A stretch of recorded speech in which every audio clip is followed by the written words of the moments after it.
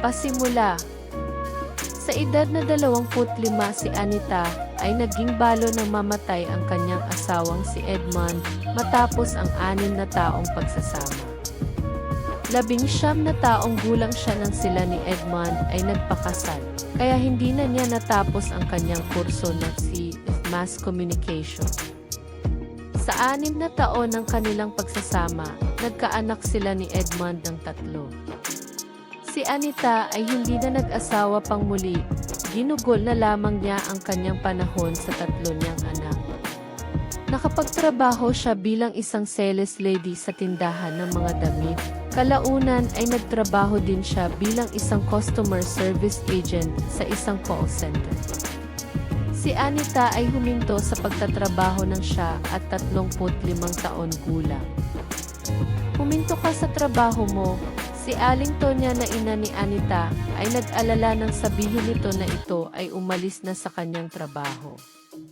Kahapon, nagpaalam na ako sa opisina na hihinto sa pagtatrabaho, sagot ni Anita sa kanyang ina. Bakit? Tanong ni Aling Tonya. Nagsasawa na ho akong magtrabaho sa call center. Ayaw ko na, sagot ni Anita. Pero ang sahod mo ay siyang inaasahan natin. Paano ang mga anak mo, ang pagkain nila at ang pag-aaral? Si Aling Tonya ay labis ang pag-alala dahil silang mag-asawa ay umaasa din kay Anita. Si Mang Nando na kanyang asawa ay naging imbalido nang ito ay maaksidente. Inay, kailangan ko ho talaga ang huminto sa call center.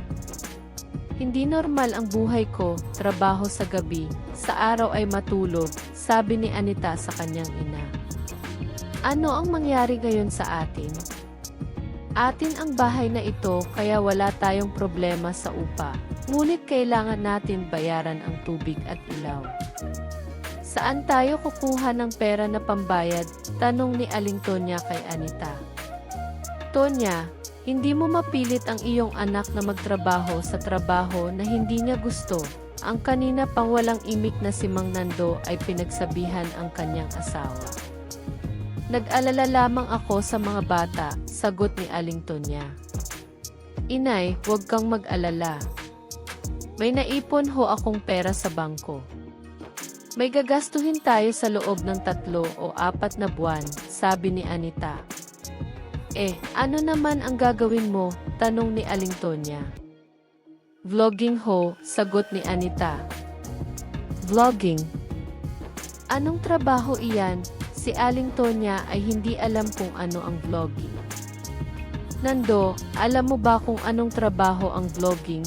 Binalingan ni Aling Tonya si Mang Nando. Anong alam ko dyan? Bakit hindi mo tanungin ang iyong anak? Sagot ni Mang Nando.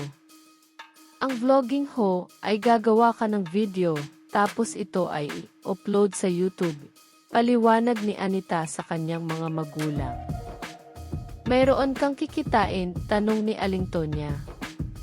Opo. Ang dami kong alam na malaki ang kita sa pag-vlogging. Kaya naisip ko na iyon na lang ang aking gagawin. Wala pa akong boss, pwede akong magtrabaho kung kailan ko gusto, sagot ni Anita. Kung ganon, mas mabuti iyan kaysa call center na sa gabi ang trabaho, sabi ni Aling Tonya. Kaya nga, pero medyo magsikap ako bago kumita sa pag-vlogging kasi kailangan ko na mayroong 1,000 na subscriber at 4,000 oras na pagpanood ng mga tao sa YouTube, sabi ni Anita. Kung ako ang tanungin mo, bahala ka sa iyong gagawin. Alam kong kaya mo iyan, sabi naman ni Aling Tonya. Kinausap ko si Aldo. Siya ang isama ko sa pag-vlogging, total wala din naman siyang trabaho. Siya ang magiging cameraman ko at driver, para may mapaglibangan din naman siya, sabi ni Anita. Paano magiging cameraman mo ang iyong pinsan wala naman siyang camera? Magiging driver wala din naman kayong sasakyan, tanong ni Mang Nando kay Anita. May kaibigan si Aldo na mayroong motorcycle. Upahan namin dahil marunong din naman si Aldo na mag-drive ng motor, sagot ni Anita.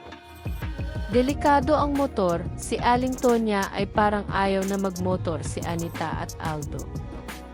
Inay, huwag kang mag-alala, walang masama na mangyari sa pag-vlogging namin ni Aldo, sabi ni Anita. Maagang umalis si Anita at Aldo para mag-vlogging para makaiwas sa trapiko at init ng araw. Saan ba tayo pupunta? Tanong ni Aldo sa kanyang pinsan. Gusto ko maging isang social vlogger, kaya doon tayo pupunta sa maraming tao na nangangailangan ng tulong, sagot ni Anita kay Aldo. Okay, paalala lang, may pera ka bang panggasolina natin? Tanong ni Aldo. Huwag kang mag-alala, sabi ni Anita na isinuot ang kanyang helmet at umangkas na kay Aldo sa motor. Huwag mabilis ang takbo ha, ingat, hindi bale na mabagal basta sigurado, paalala ni Anita sa kanyang pinsan. Doon sila pumunta sa isang dump site. Ang amoy ay nakakasuka, ngunit nakita ni Anita ang maraming tao na naghahanap ng kung anong mapagkitaan sa tinapon ng mga basura ng ibang tao. Ngunit para sa mga taong ito nakapuspalad, ito ay parang minahan ng ginto upang makakain. Sa may unahan, natanaw ni Anita ang isang buntis na nangangalakal din, gusto niya itong lapitan kahit nahirapan siya sa paglakad sa mga basura nang biglang may bumangga sa kanya at siya ay natumba. Ingat, sinigawan ni Aldo ang bumanggang pulubi, sabay tulong kay Anita na makatayo. Ang bumangga kay Anita ay isang masakitin at maruming pulubi. Ito ay payat na payat at halos hindi makatayo. Tulungan mo siyang makatayo, sabi ni Anita kay Aldo, aya ang pulubi ay tinulungan ni Aldo. Pasensya na ho, ang pulubi ay humingi ng paumanhin. Walang anuman, sagot ni Anita sa pulubi, sabay kumuha ng 100 piso sa kanyang pitaka. Ito, para huwag na kayong mahirapan at makabili ka na ng makakain mo. Ngunit ang pera na ibinibigay ni Anita ay hindi tinanggap ng pulubi bagkus ay nagsalita, "Salamat na lang ho. Hindi pera ang aking kailangan. Nandito lang ako upang magpaalam sa iyo." Si Anita ay nagtataka. Isang pulubi na sa tingin niya ay nagugutom, ayaw tanggapin ang pera na kanyang ibinibigay. Tiningnan niya ang mukha ng pulubi at nang magkasalubong ang kanilang mga tingin, parang may kumiliti na nakaraan sa isipan ni Anita.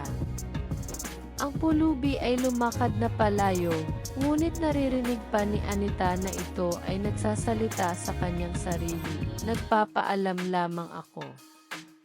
Hindi mawari ni Anita ang sinasabi ng pulubi.